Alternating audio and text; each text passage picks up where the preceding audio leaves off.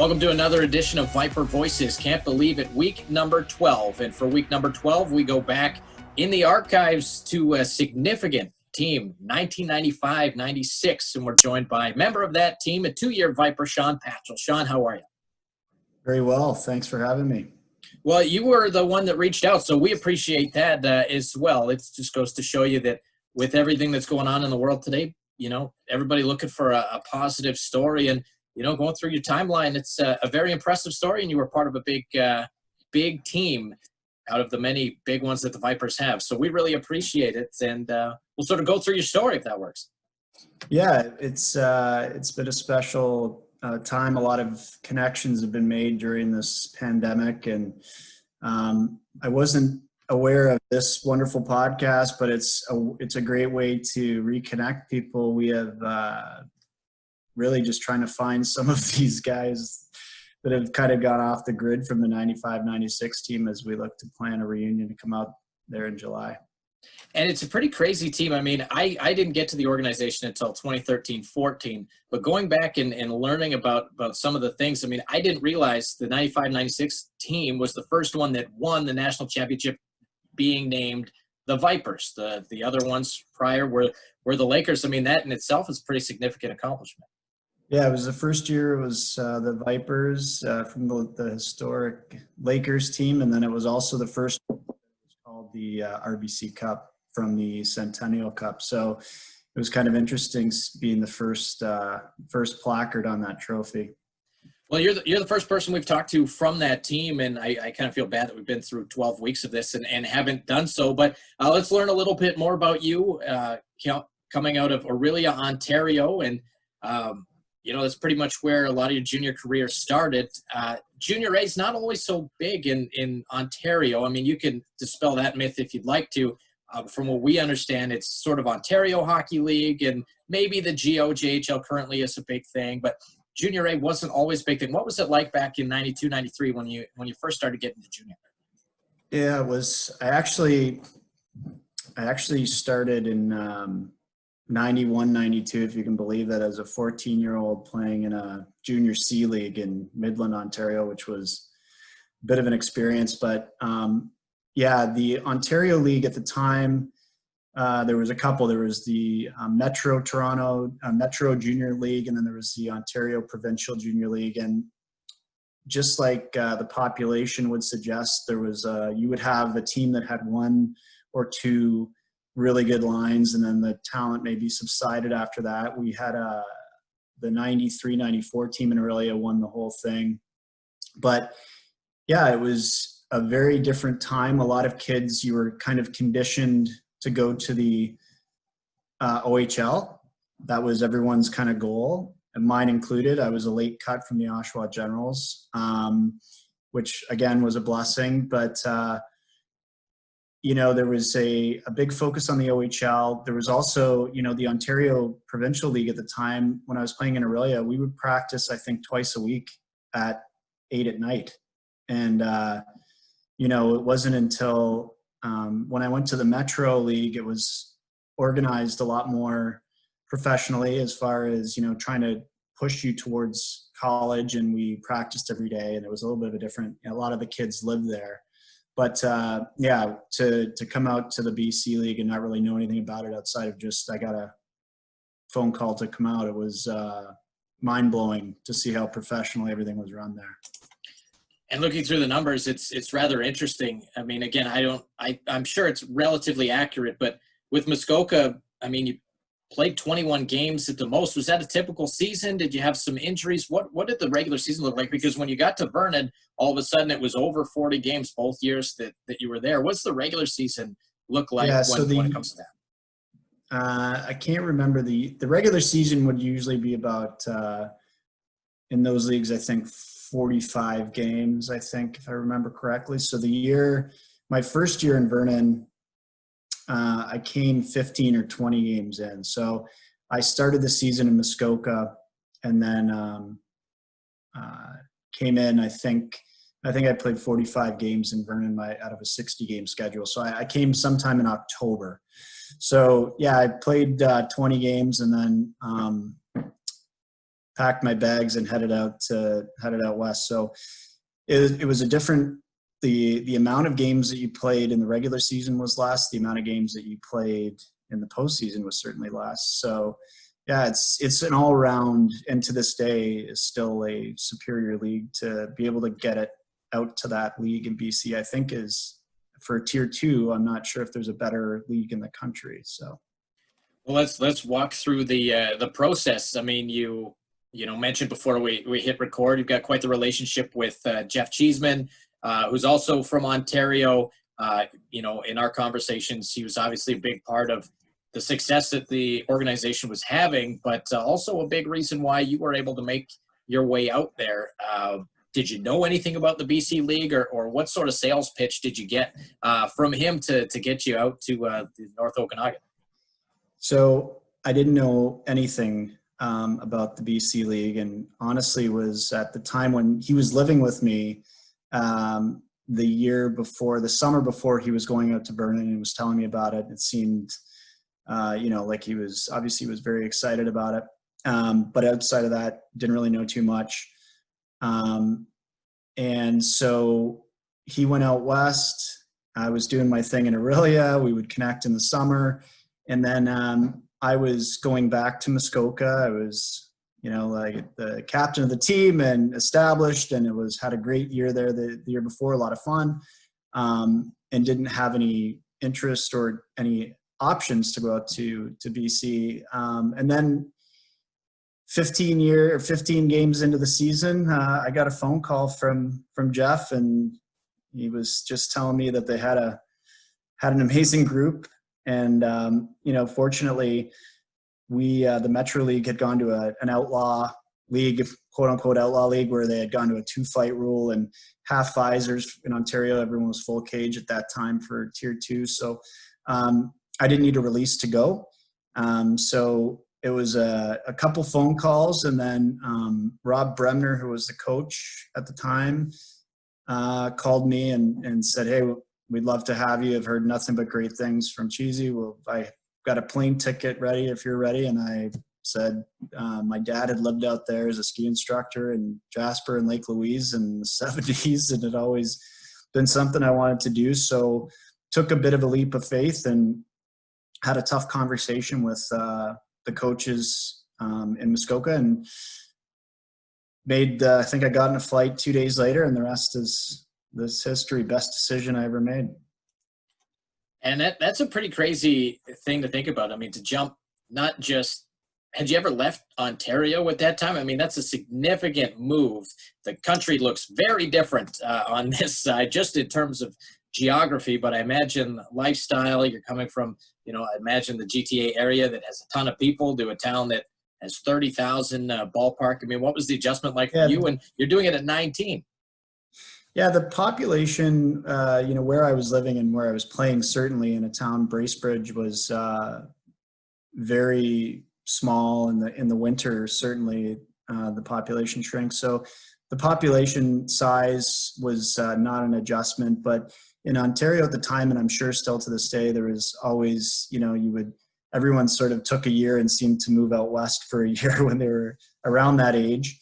So for me to have hockey as a vehicle to do that, it was an easy decision from that standpoint. When I got there, there was a bit of it was such a culture shock as far as the level of the hockey and how professional the organization was run and the support that the town had. I mean, the city, the old was at the Civic Arena was the ice was slanted in our favor, and the fans were like the equivalent of the sixth man in football. So it was, or basketball. It was amazing.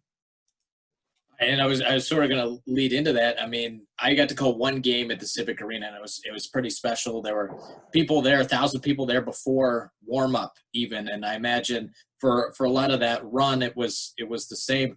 I mean, was the speed and caliber of the hockey what you expected? Again, you're going by what Jeff is telling you, and he's having a great season. But until you actually get into game action, was there sort of one moment in particular in your first couple games where we went, holy cow, this is pretty legit?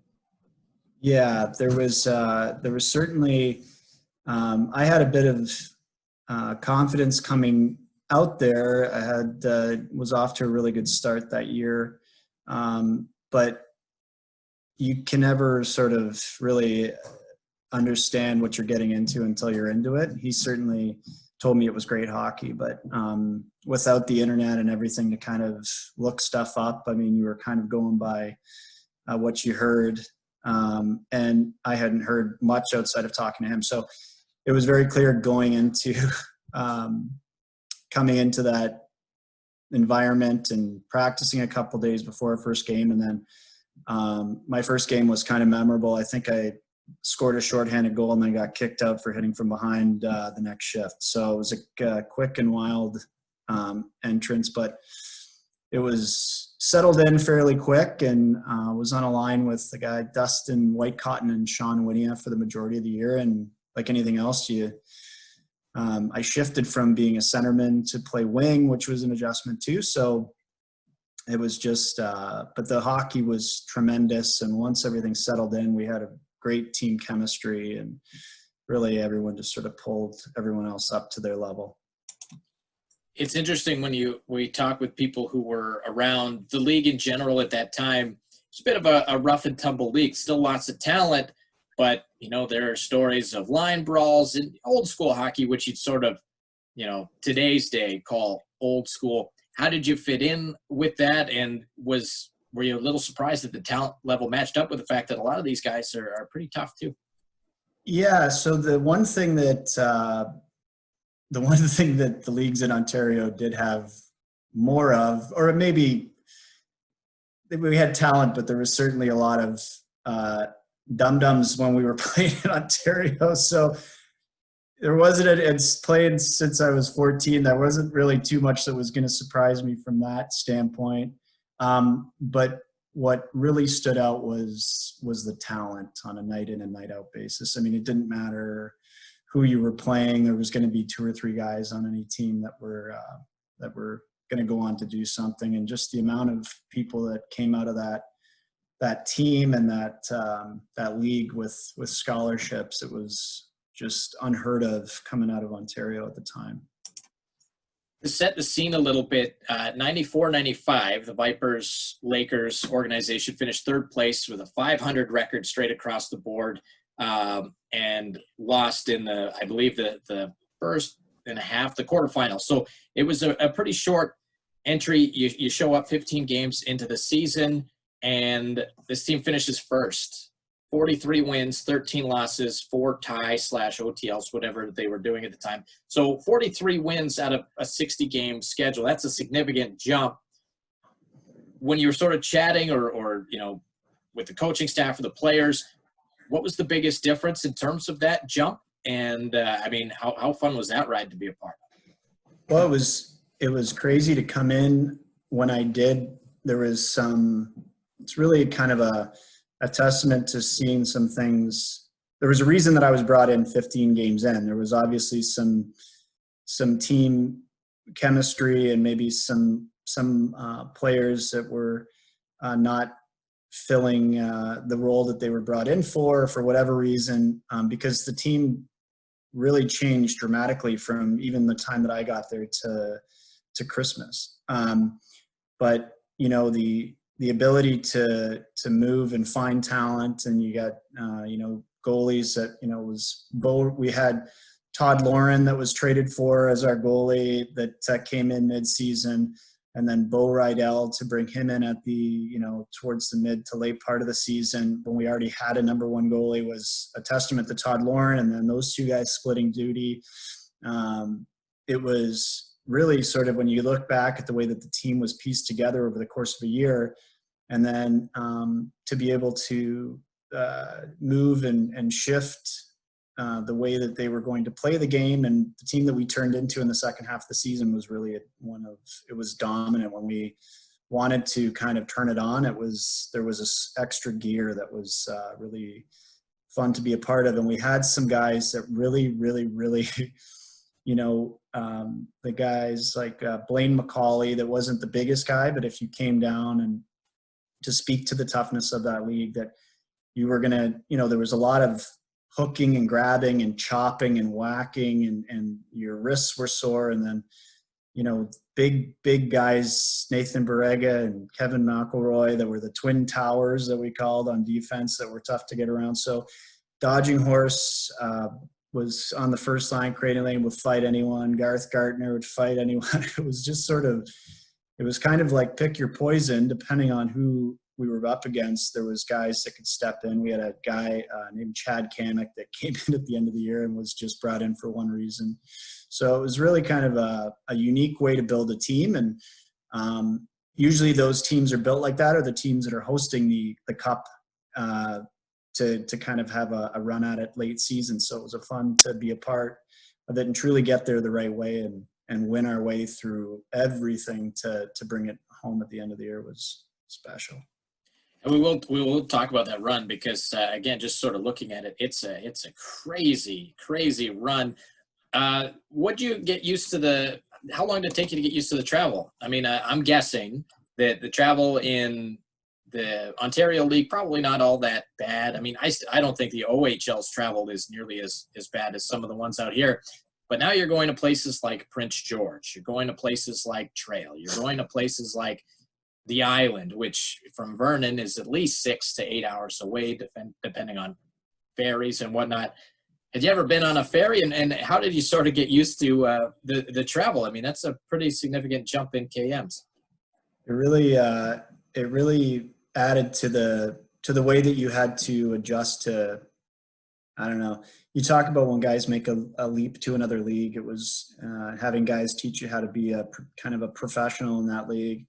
It was part of the adjustment for sure, because in Ontario you had, maybe a 2-hour ride to a game in those leagues, 2 or 3, depending on where you were. But to get on the bus and make what seemed like an 8-hour trip through the mountains to Trail, and trying to sleep on the floor and hearing the gears changing constantly was different. And then I think there was, I don't know if it was a regular season game or when we were out on the island and we went to OT and we wound up missing the ferry, and then, having to post up in a motel and hang out. So it all added to it. Actually having to go on, road trips and going out to the coast and spending a week on that swing was, it truly felt like you were in like a minor professional league.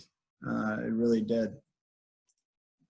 Let's get through it. So the regular season wraps up, and I still can't believe this is real. Like reading it, I mean, I'm using some Wikipedia sources. The BCHL website goes back to like 2000, 2004 sort of thing.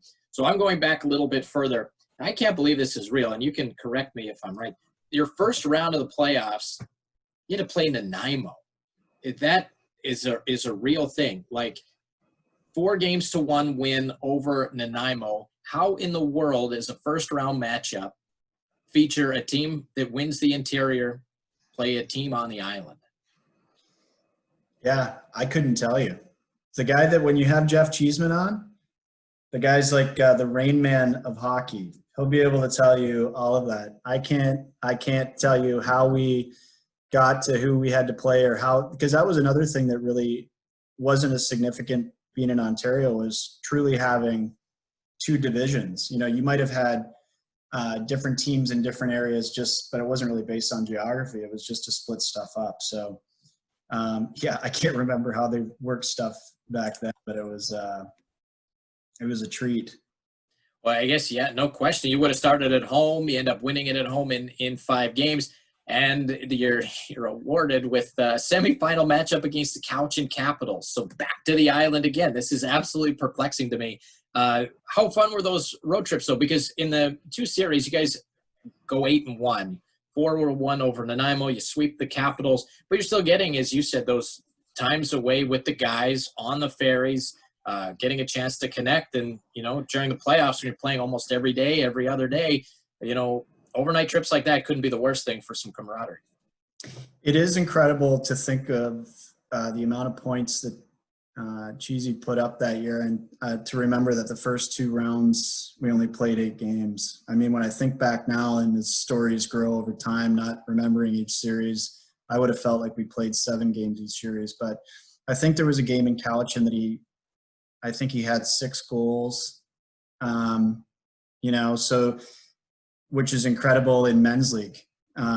So to do it in a playoff run was special. And, we have a lot of, we're on a group thread now. I think we've got 12 or 13 of us on a group thread, text thread, and recanting some of those stories from being on the road of, various hijinks that were pulled off, whether back at hotel rooms or whatever else was pretty special. There were some fun times up in Prince George, and it was really just kind of an interesting run to be able to go and be on the road and for days and weeks at a time and have fun with the boys. And anyone will tell you that played, I miss playing hockey, but I don't, what you miss is the locker room and the camaraderie and those kind of those times on the road. They say that's sort of where memories and rivalries are grown is in the playoffs, and the third round, so you get a chance at the league title. And everybody seems to talk about, specifically nowadays, it's very hard to win a national championship. They turn into 1-game playoffs, and sometimes teams get hot, and the best teams don't always win the national championships.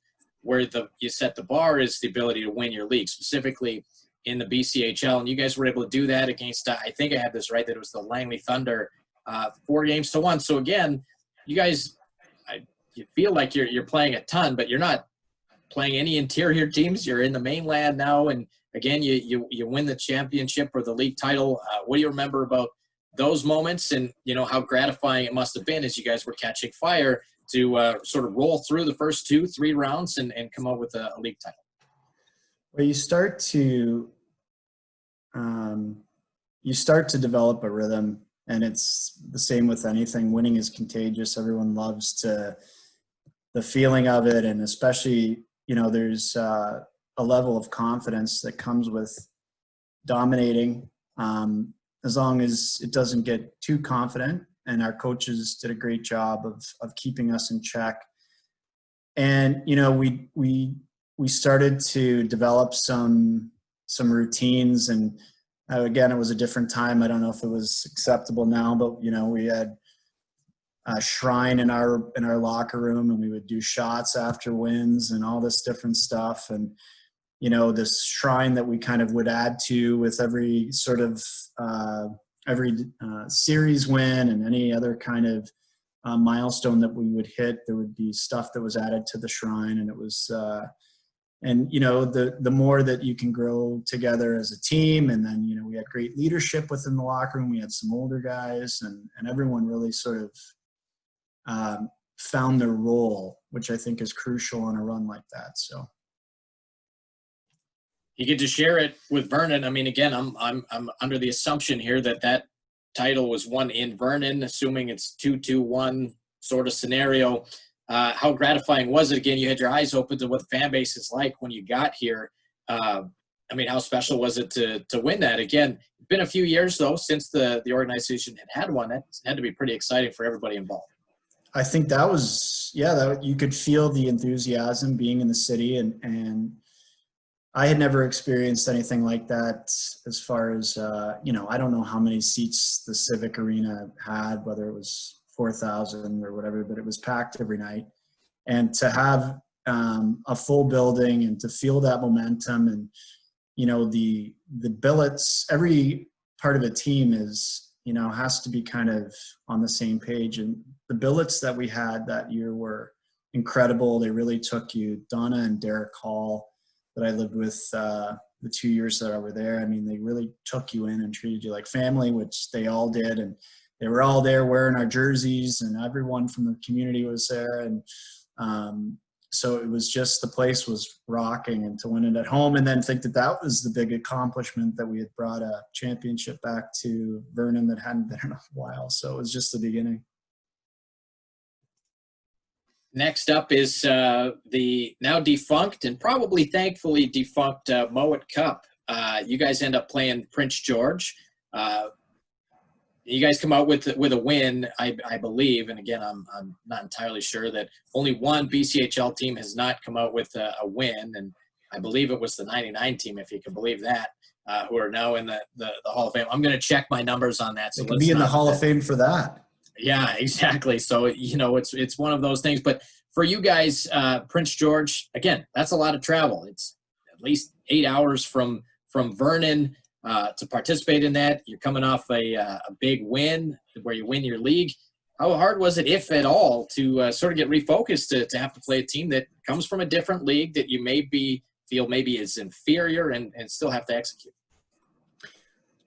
Well, it was very important for us. We were definitely told about again, I didn't know much about, I think they were calling it Rocky Hockey, and that there was another league that we had to play to get out. And I think it was I don't know if it was either a 3-game series or a 5-game series. It wasn't a 7-game series, if I remember correctly. And it was, we were told that nobody had ever lost at that point to a team. So, you had that in the back of your mind, but we also had the wherewithal to not be overconfident and look past that team. But I don't remember there being much stress in those games. And we certainly, like I said, it was kind of a different time, and we had different standards, but we were able to have a pretty good time up in Prince George. I remember we had a little little party at the hotel after, because I think a lot of the billets had traveled up. So yeah, it was another milestone, and we were able to celebrate along the way. That was, right or wrong, that was part of what made our team great, was we were all on the same page of the old adage of sort of work hard, play hard, and we came together off the ice just as much as we did on, and it was we did it smart, and we were able to pull it off. I correct myself. So they didn't lose the Mowat Cup. They lost a game in the Mowat Cup. So the 99 team won the Mowat Cup 3-1. Lenny Ramponi tells the story. I just wanted to make sure I had my facts right. He couldn't believe they were the only team that's lost a game in the Mowat Cup, and now they're in the BC Hockey Hall of Fame. So there you go. It all comes full circle. Let's talk about the Doyle Cup. This one a lot tighter. 7-game series.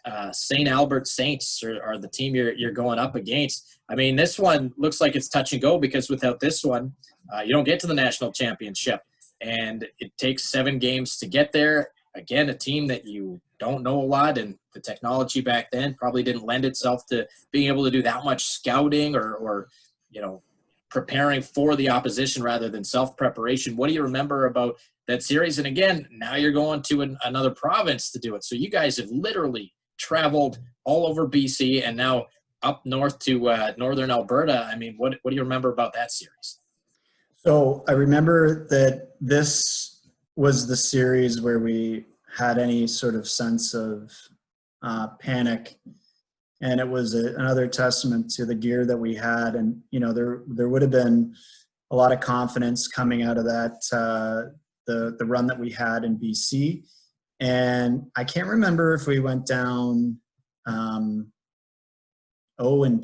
or 0-3, but it was significant that we were down. And then there was a game that was, there was almost like a switch that was flipped again, and we just said, okay, there's no way this is going to happen. And then we sort of went into, I guess, a bit of beast mode and hit them. I think we won a game 6-2, and then there was another game that I think we put up 7 goals, and we sort of ended the series on a much different note. But there was a period of time there where things got much closer than we wanted, and we were down in that series. And again, the character that's built along a run like that was, I guess, found in that series, because we had a pretty easy go of it up until then. You do survive, though, and the Doyle Cup. Viper's quite familiar with winning Doyle Cups, and even over that franchise, being in St. Albert before they went back to Spruce Grove, teams 10 years ago. Great rival with the Saints. And then you do something. I had to really dig in to find out just what in the heck the Abbott Cup was, and I think I've got it. Maybe I'll refresh your memory with it. They simply take the winner of the Doyle Cup and the Anavet Cup, and then they just play the winner in a one-game sort of scenario, and you end up playing a team that you're going to get very familiar with, a national championship host, and that's Melfort, and they kind of take it to you in a 5-1 victory for them. Does something like that stand out to you at all? I know it's just the one game, and it's for a trophy that has since retired after the Vipers won it in '99. What is there anything that sort of stands out about that, or was that sort of the eye opener you guys needed? Well, I remember that in any of these tournaments, the host team usually has an opportunity to stack their team. Now, whether or not they do well in the regular season, for whatever reason, they usually have an opportunity to find players. But that team was a legit powerhouse. And I remember the first time we played them, I think they had a D-man. I think his name was Andrews. He went to Western Michigan afterwards, but he was a monster. And they had some guys that could just score from anywhere and at will, and they were fast. So yeah, they definitely took a piece of our confidence. And I couldn't remember the Abbott Cup either, but going into the tournament and even in the round robin, it was, we didn't come into that tournament and dominate in the tournament. We kind of barely snuck in and turned it on in the semis against Newmarket. But yeah, they handed it to us in the early rounds of the RBC as well. That's interesting at the national championship. So they're the host team, but they're probably also the best team rolling into it. You sort of alluded to teams that are building for that. To give you an idea of just how good they were in that tournament, at least in the round robin, they went 4-0 and they outscored the opposition 28-5. So goal differential at plus 23. The next closest, Newmarket, went 2-2, and they had a goal differential of below 0. So they were -4. You guys went 2-2, goal differential of 1. Yorkton -7, and then Moncton, I can't really do that math, but it's about 13.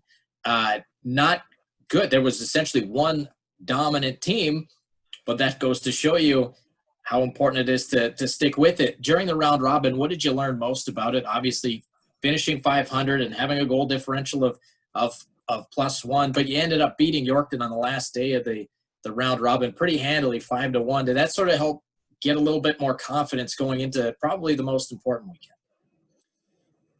Yeah, I think I might have got kicked out of that game. I remember my parents had driven a long time, and I want to think this to get to, I think as soon as they came into the rink, they'd driven from Ontario, and I think I got hitting from behind and tossed. But that was a confidence builder. What stood out in that tournament as we were watching some of the games, and we had a good time.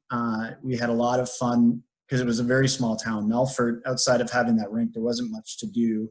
So we had a lot of pranks going on back at the motel. But what stood out was two things I remember was just how dominant Melfort was, a powerhouse team. And then there was a guy that played for Moncton.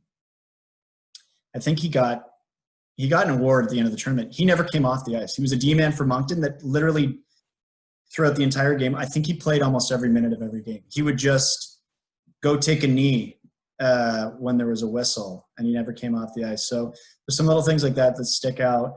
Playing against Newmarket, I wound up, they had some guys on that team in particular, that one guy, Rustin Dolany, who I wound up playing with at Michigan State, and then some other guys that wound up playing at Lake State and that I had known from that area growing up in Ontario and around Newmarket. So it was good to see some of those guys that maybe there was a guy, Trent Walford, that I'd grown up playing against. And then for me to go out to BC and him to be and to meet up in Melfort, Saskatchewan was really a cool thing. And to have my parents there, and my grandfather made the trip out, which was one of the last trips he made, and all the billets came. It was really, we were a well-traveled team. And I can't remember what the turning point was, but I remember that after that semifinal game against Newmarket, we had a lot of confidence. And then the final was one to remember.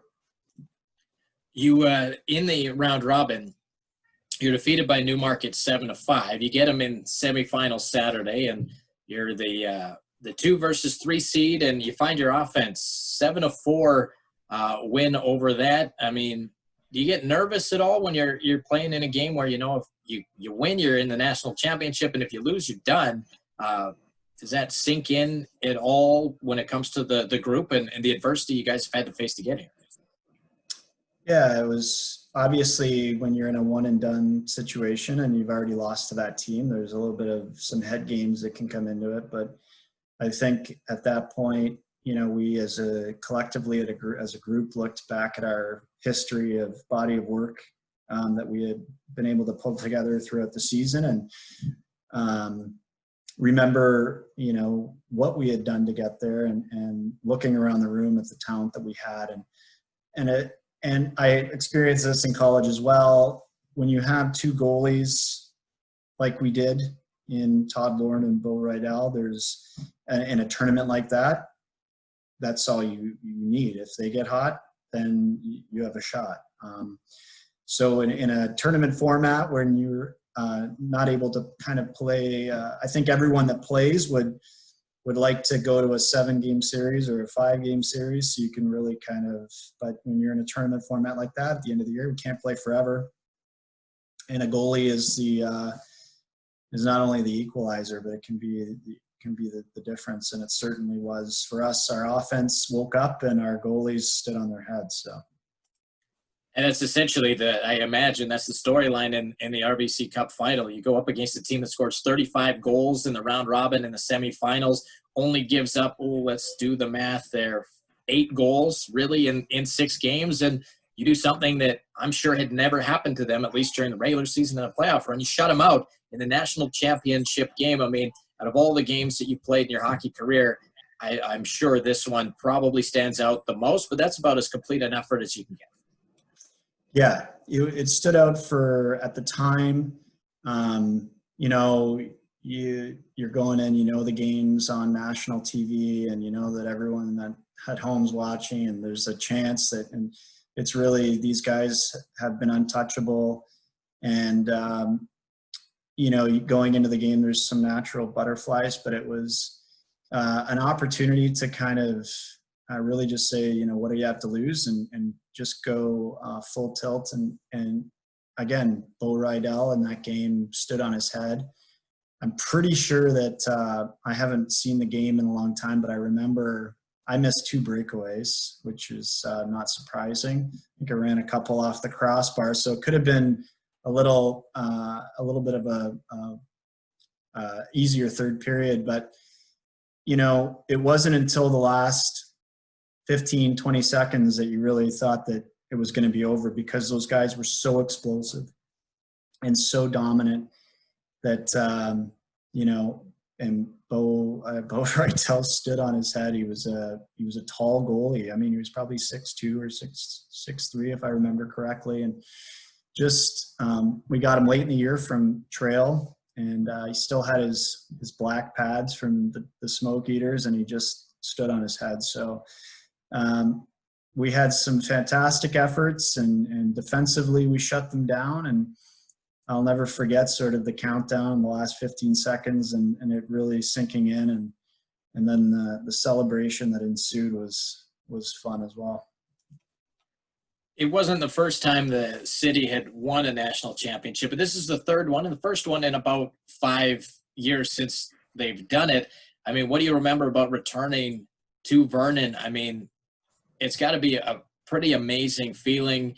Obviously, Duncan Ray, who's no longer with us, was a key part. I know I've seen him in some of the photos from those wins. I mean, what do you remember about the jubilation when you returned to Vernon? I mean, the fans turned out in huge numbers when the Vipers won the Interior Division 2 years ago. I mean, I imagine national championship, you could multiply that by a big number. Yeah. Well, it was amazing that we made it out of Melfort.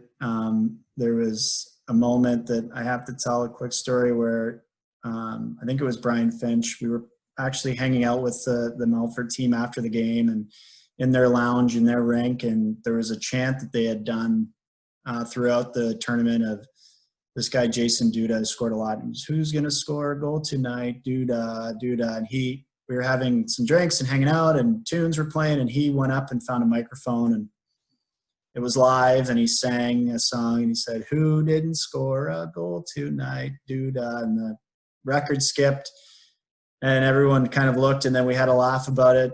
We got out of there and made our way back to Vernon, and the town had, just like in major sports, had organized a parade, and we had a parade that seemed like the entire town turned out, and we were able to get up, and I think, as I remember, I think I probably talked too much and was thanking everyone for bringing it out there, and the billets and everyone. So that was, Duncan Ray was really, for me to be able to experience having an owner like that. He really did what was right for the team, and was really just such a big character to be around. And it was sad to see that he passed a few years ago, because he really was passionate about the game, and especially in a small town like that, he really did a lot to promote the game. And we were just happy to do it for him at the time, and it means even more now. Slam dunk decision for you to come back for your second year. The league rebrands as the BCHL rather than the BCJHL, and now you guys have a big target on your back as the team that won the league the year before, and the national championships and all those things. And what do? In the regular season, you put up the same wins, essentially 43, 14, and 5. It's nearly a mirror image of the year before. Team probably looks a little bit different, though, and you have a coming out party in terms of points. You commit to Michigan State. I mean, that had to be a pretty special year. I mean, again, it ends a little different, but having said that, for you as an individual, with your end goal being, I'm sure, a Division I scholarship or going to a Division I school, I mean, that year had to be pretty special. Yeah, it was interesting. Coming in a little bit later and to that to the team the year before, I had some offers for some scholarship offers at the end of that season, but they weren't, the teams that I had sort of over the course. I came out to BC with my sights set on no teams, and then over the course and seeing guys talking to different teams, decided that it was in my best interest to come back and see what another year would bring. So Brett Dodginghorse came back. We had Adam Stewart, Kevin McElroy, some guys on the D that were great. We were able to find 2 new goalies that were in Gustafson, and really had some key core guys come back. I brought some guys out from, just as Cheesy had done.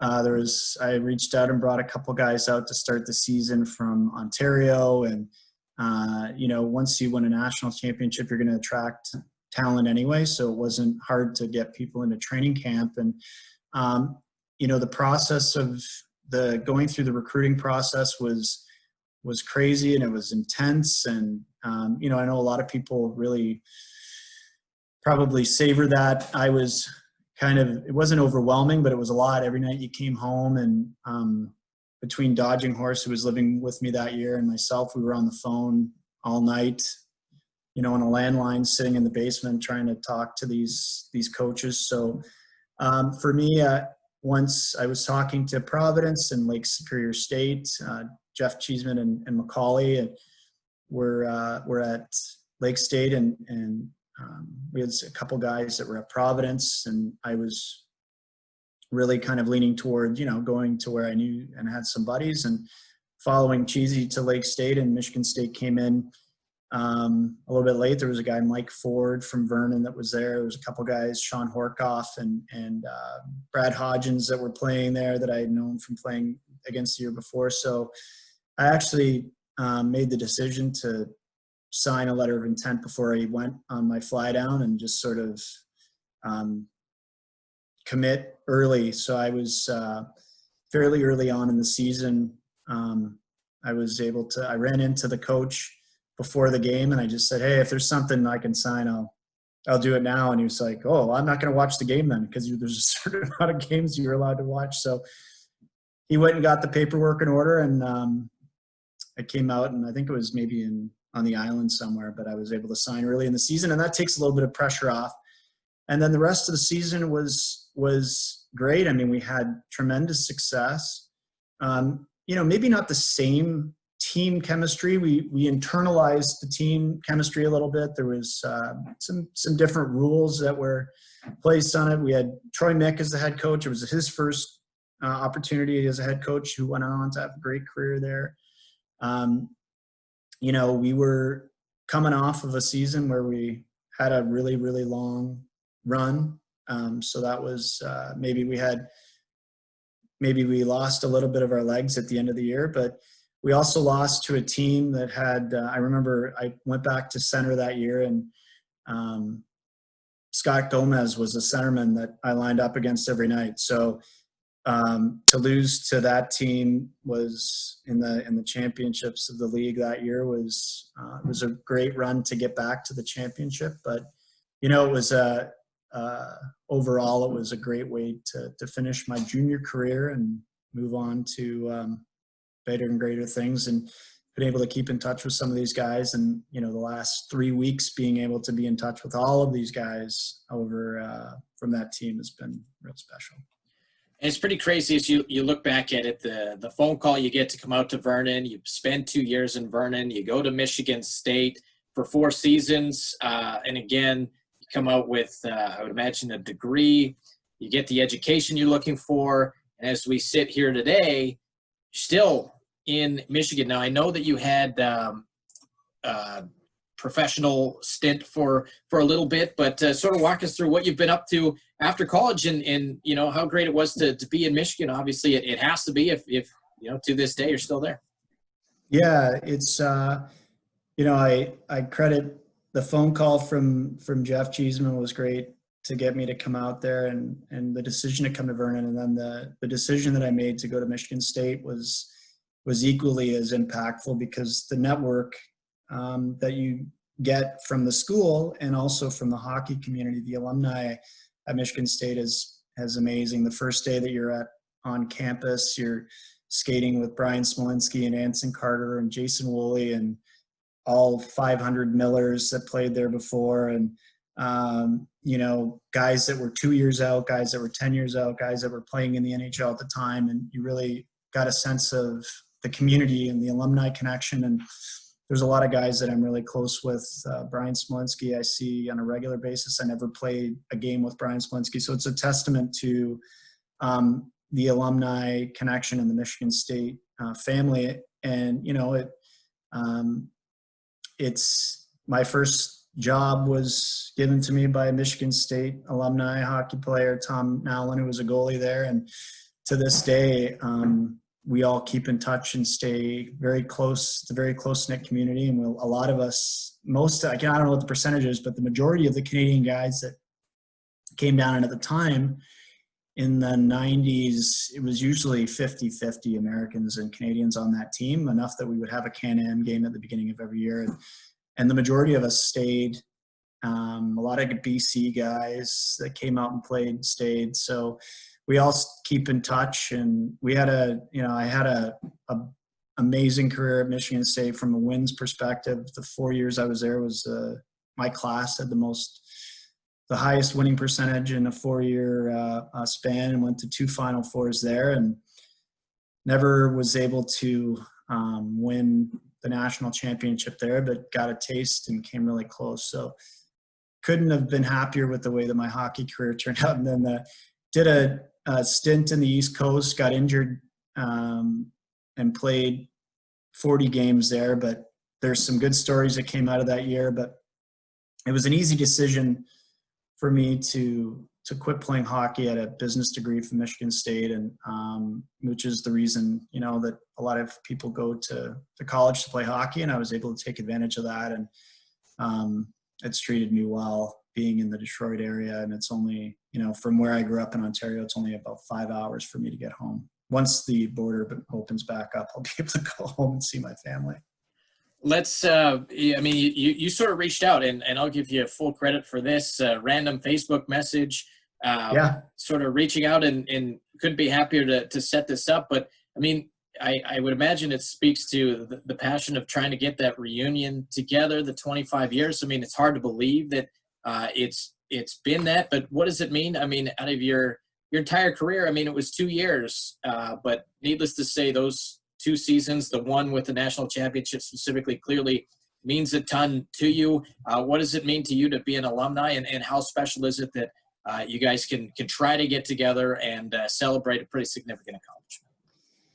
Well, it's crazy because at the time that we were there, 95, 96, and it was truly sort of, I guess, I don't even remember having an email or being on the internet or anything. And it was just a different time. So when people left, if you weren't playing closely with them in college or in pro, you sort of, you kept in touch with a handful of guys, and time goes on, 10 years, 15 years, I'd thought about it. I think when the RBC Cup was hosted in Vernon, a couple of us had connected, and, you see what some of the guys are up to on Facebook, but, Blaine McCauley reached out and put a text thread together with Brad Cook and Cheeseman and Doug Shepard and myself. And we really started talking about the importance of that team and how much it meant to us for our hockey careers, but just, it's hard to pinpoint what you learn on your life skills that are learned on a season like that. So we've been able to track down some of these guys, and we've decided that, next July will be a 25-year mark, and it's one that it's time to celebrate. So we're rounding up the fellas to come back to Vernon for a weekend. And so I reached out to kudos to you, a quick Google search, and the voice of the Vipers I saw as a play-by-play. So I said, well, this guy's probably got a pulse on the current times, and maybe can help track down some of the guys that we can't find. So, it's really an amazing, I appreciate the opportunity to be on here, and look forward to getting back to Vernon. And if there's someone like a Ramponi or these guys that are still in the area, we really all are welcome. We want to celebrate Vernon and the Vipers, and certainly the 95, 96 team and what that meant to all of us. So we're up to about 14 or 15 guys on the thread, and I can definitely connect you with some of these older guys that would be great storytellers and can maybe remember some of these stories better than I can. I told you Jeff Cheeseman is he's like the Rain Man of this stuff. He'll tell you every play from the Abbott Cup. He remembers it all. So it's really been special, and I appreciate it. And I will definitely share this, and looking for some of as we track down some of these guys. Well, Sean, we really appreciate the time. It's the first chance we've had to talk about the 95, 96 team. I know a lot of fans who have sort of been keeping an eye on the podcast. They're still fans. They still continue to come out and be season ticket holders. So I'm sure they'll love to get a look and a listen to some of the stories of this particular time. We really appreciate this, and we'll make sure to catch up when you guys make it to the air. I really appreciate it.